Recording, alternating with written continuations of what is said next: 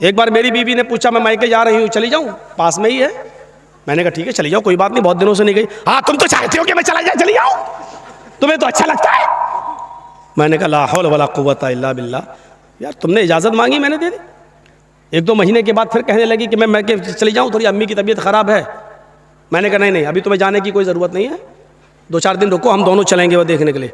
लो तो मैं तो आपके घर में क्या नौकर कैद होकर रहूँ हैं? मैं जब भी जाना चाहूँ तो आप भेजेंगे नहीं? नहीं मैं तो, अब मैंने कहा कि ना जाओ तो कैद करके रख रहा हूँ, और मैंने कह दिया चले जाओ तो क्या हो रहा है?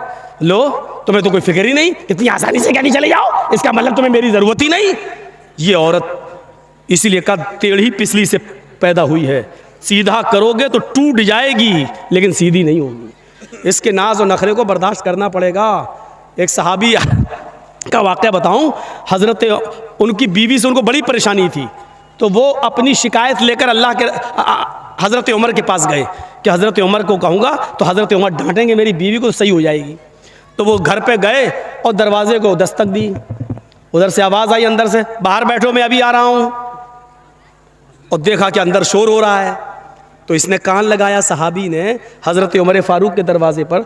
तो क्या सुनता है कि उमर फ़ारूक की बीवी उमर फ़ारूक पर बरस रही हैं, ये वो तुम्हें होश नहीं, ये नहीं, ठिकाना नहीं, सब्जी कैसे आएगी, खाना कैसे। और हज़रत उमर जी जी जी करते चले आ रहे, जी नहीं आ जाएगा जी जी।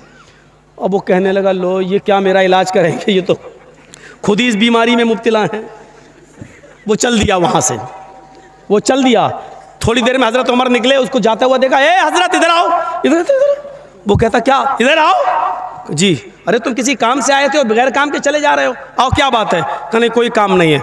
अरे कोई काम नहीं है क्या मतलब? कहा मैंने काम से आया, फिर कह रहे हो कोई काम नहीं है।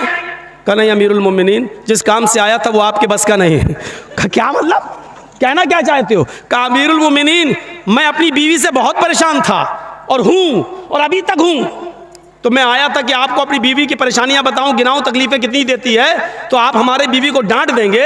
यहाँ आया तो देख रहा हूँ आप ही की बीवी आपको डांट रही है, आप अपनी बीवी को नहीं समझा पा रहे तो मेरी बीवी को क्या समझा पाएंगे? तो हज़रत उमर फ़ारूक ने कहा बैठो इधर और सुनो। कहा क्या? तुम्हारे घर खाना कौन बनाता है? कहा मेरी बीवी। कहा खाना बनाना उसका हक नहीं है शरीयत में, बताऊं कि ना बताऊं? अगर कह दूंगा तो डर लग रहा कल से ही आप घर की औरतें कहीं ऐसा ना हो कि चढ़ बैठे। हज़रत उमर फ़ारूक ने कहा ये खाना बनाना औरत का हक नहीं है शरीयत में, नान नफ़का आपकी जिम्मेदारी है।